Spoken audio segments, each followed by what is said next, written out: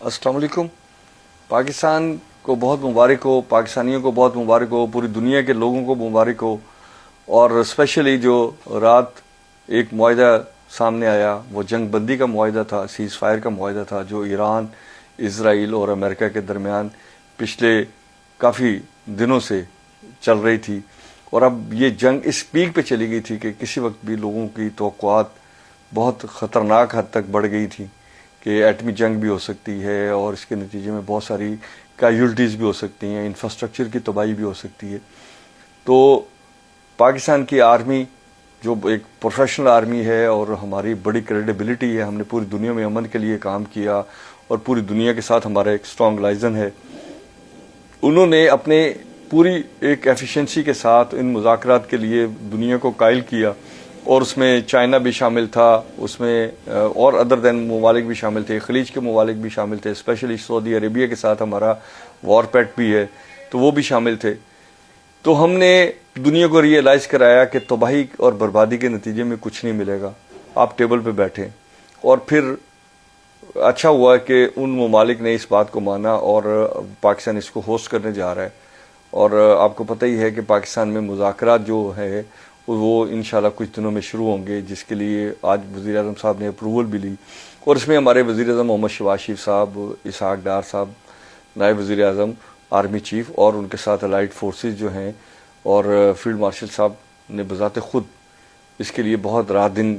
کاوشیں کی اور کئی دنیا کے ممالک کا دورہ کیا اور ان کو اس پوائنٹ آف ویو, اس خطرے سے آگاہ کیا جو ایک بڑی تباہی کا باعث بن سکتا تھا. تو پاکستان کو تو ڈیفینیٹلی ہم مانتے ہیں کہ پاکستان ایک ذمہ دار ریاست ہے. پاکستان نے ہمیشہ پوری دنیا میں امن کے لیے کام کیا, یونائٹڈ نیشن کے اندر ہم نے بہت سارے پروجیکٹ پہ کام کیا, اور پوری دنیا میں جہاں بھی کوئی فساد ہوا ہم نے اس میں ہمیشہ پازیٹیو رول ادا کیا اور لوگوں کو ٹیبل پہ لے کے آنے کی کوشش کی. اور ہم مذاکرات پہ بھی بلیو کرتے ہیں, اس میں کوئی شک نہیں کہ پاکستان ایک ایٹمی پاور ہے, پاکستان کے پاس دنیا کی بہترین فورسز ہیں, پاکستان کے اندر جو لوگ ہیں وہ بڑے جذبے والے ہیں, لیکن ہم نے اس سارے جذبات کو بھی کنٹرول کیا, اپنے انٹرنل ماحول کو بھی کنٹرول کیا, اور پاکستان نے ایکسٹرنل محاذ پہ بھی بہت ساری کامیابیاں سمیٹیں ان دنوں میں اسپیشلی.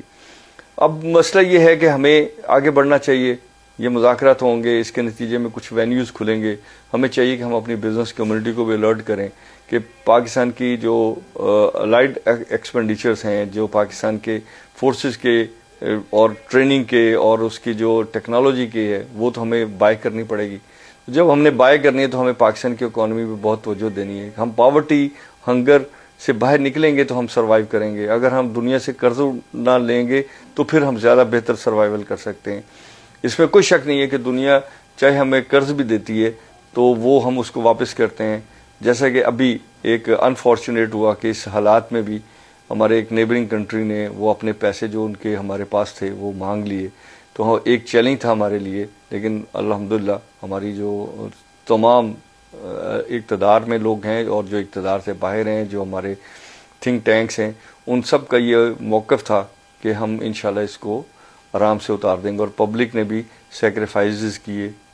اور اب مسئلہ یہ ہے کہ ہم پاکستان کو ایک معاشی طور پہ مضبوط دیکھنا چاہتے ہیں, ہم پاکستان کو فائنانشلی مضبوط دیکھنا چاہتے ہیں, ہم پاکستان کو سوشلی مضبوط دیکھنا چاہتے ہیں, ہم پاکستان کے اندر انڈسٹری لگانا چاہتے ہیں, ہم پاکستان کے اندر کاروباروں کو بڑھانا چاہتے ہیں, لیٹسٹ ٹیکنالوجی کی لیبارٹریز بنانا چاہتے ہیں. تو اس سارے کے لیے ہمیں وہ ریفارم کرنے ہیں جو ریفارم ہمیں آئندہ دنوں میں اور زیادہ مضبوط کریں. اور ہمیں پوری امید ہے کہ جیسے کہ رات دن کام کر کے ہمارے بسر اقتدار لوگوں نے اور ان کے الائڈ لوگوں نے اور ہماری فورسز نے اور عاصم منیر صاحب نے اسپیشلی فیلڈ مارشل صاحب سے جب بھی کبھی موقع ملا تو ہم ان کو دوبارہ جا کے شکریہ بھی ادا کریں گے کہ آپ نے اتنے اچھا پلے کیا. تو ہمیں پاکستان کی معاش کے لیے بہت کچھ کرنا ہے, پاکستان کے اندر ایس او پیز کو ٹھیک کرنا ہے, پاکستان کے اندر کریڈیبلٹی کو اسٹیبلش کرنا ہے, معاشی کریڈیبلٹی کی بات کر رہا ہوں میں, اور پاکستان کے اندر جو گورننس ہے اس کے جو ایشوز ہیں جو وقت کے حالات کے ساتھ ساری دنیا میں اپڈیٹ ہونے ہوتے ہیں, ہم چاہتے ہیں کہ اس کو کیا جائے. ایس سی سی پی کے ریفارمز کی بات کی جاتی ہے, پاکستان میں اسٹاک ایکسچینج کی ریفارم کی ضرورت ہے, پاکستان کے اندر بینکنگ ریفارم کی ضرورت ہے, پاکستان کے اندر ٹیکس کلیکشنز کا نظام جو ہے اس کو بہتر کرنا چاہیے, پاکستان کے اندر جو اور بہت سارے ایسے ڈپارٹمنٹس ہیں جن کو ہمیں سب کو بیٹھ کے دیکھنا چاہیے بینگ اے پروفیشنل. تو ہم چاہتے ہیں کہ پاکستان اس موقع سے فائدہ اٹھاتے ہوئے، جیسے کہ دنیا آپ کے ساتھ ٹیبل پہ آئی ہے، اور وہ صرف اس وجہ سے نہیں آئی کہ پاکستان جو ہے وہ جنگ بندی کے لیے کردار ادا کر رہا ہے، اس میں تو کئی اور پلیئرز بھی آنا چاہتے ہوں گے. پاکستان اس لیے کہ پاکستان کے پاس کیپیبلٹی ہے، پاکستان کے پاس پروفیشنل ایتھکس ہیں، اور سب سے بڑی بات ہے کہ فزیکلی اور مورلی ہماری ایویڈنسز موجود ہیں کہ ہم نے جب کسی کا ساتھ دیا ہے، دل و جان سے دیا ہے، اور جب کسی کے لیے بات کی ہے تو ہم نے اس کو اور بہتر کرنے کی کوشش کی ہے. تو ہمیں امید ہے کہ پاکستان کے اندر یہ جو ریفارمز ہیں یہ بھی اسی تندہی سے ہوں گے، اسی کوالٹی کے ساتھ ہوں گے، اور جو ہمارے